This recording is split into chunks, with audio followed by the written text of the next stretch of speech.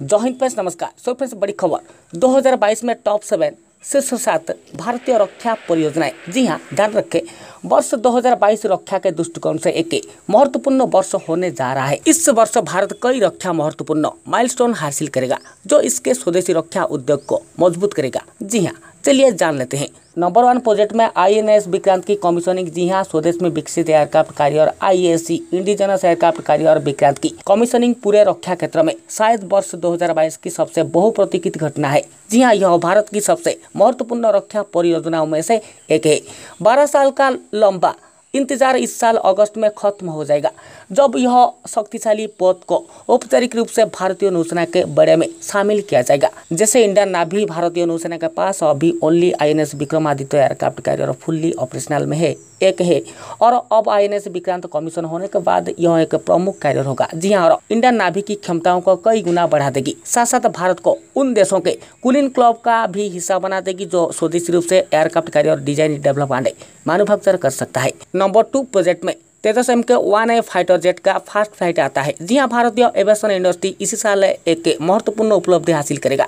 ध्यान रखें, तेजस MK-1A की फास्ट फ्लाइट इसी साल जून में होनी है। HAL-3 तेजस MK-1A एयरक्राफ्ट का निर्माण करेगा जिसका व्यापक रूप से परीक्षण के लिए उपयोग किया जाएगा। फाइनल ऑपरेशनल क्लियरेंस हासिल करने से पहले तेजस के एयरफ्रेम का अच्छी तरह से परीक्षण किया गया है और तेजस MK-1A में कोई स्ट्रक्चरल मॉडिफिकेशन नहीं है, इसलिए एयरफ्रेम को टेस्ट करने की कोई जरूरत नहीं है। हालांकि एविएशन के मामले में उत्तम आईसा राडार जैसे बड़े अपग्रेड्स है। जी हाँ, ध्यान रखें, इन सभी परीक्षणों में 20 से 24 महीनों लगेंगे, जिसके बाद HAL प्रतिवर्ष 16 विमानों की दौर से इंडियन एयरफोर्स को तेजस MK-1A पहुंचाना शुरू कर देगा।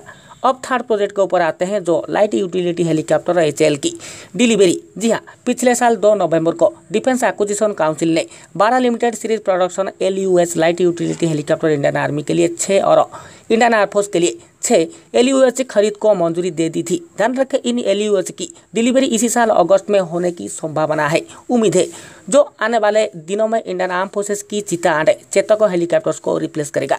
फर्स्ट फेज में यह योजना बनाई गई है कि इंडियन आर्म फोर्सेस के लिए 187 यूनिट्स LUH हेलीकॉप्टर्स का अधिग्रहण करेगी, जो सेना के लिए 126 यूनिट्स और इंडियन एयरफोर्स के लिए 61 यूनिट्स शामिल रहेंगे।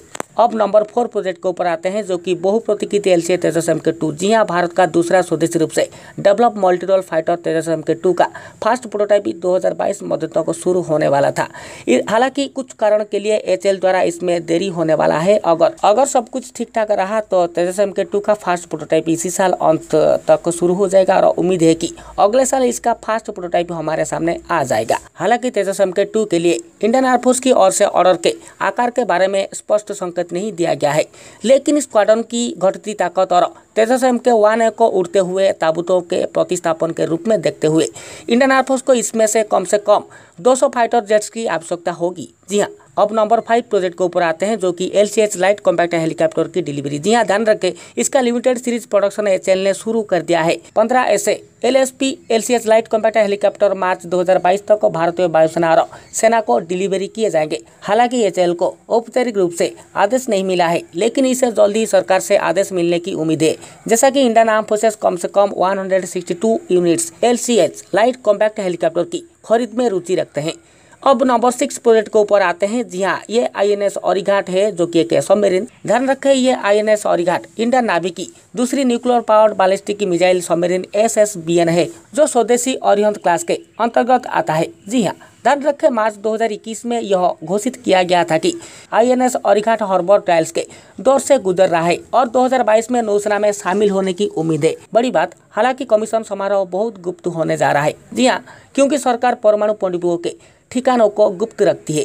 जी हाँ, अब अंतिम प्रोजेक्ट नंबर 7 पे आते हैं, जो कि ये एक सबमरीन भी होता है। जो प्रोजेक्ट है INS भगीर। जी हाँ, ध्यान रखें, INS भगीर INS कोलबरी क्लास की सबमरीन का 5वां पोत है। इसके 2022 में सेवा में आने की उम्मीद है और इसके सहयोगी जहाज सबमरीन INS भगीर के भी 2022 के अंत या 2023 की शुरुआत में सेवा में शामिल होने की उम्मीद है। तो ये थे वर्ष 2022 की शीर्ष 7 रक्षा परियोजनाएं, जो आने वाले दिनों में हमें देखने को मिलेंगे।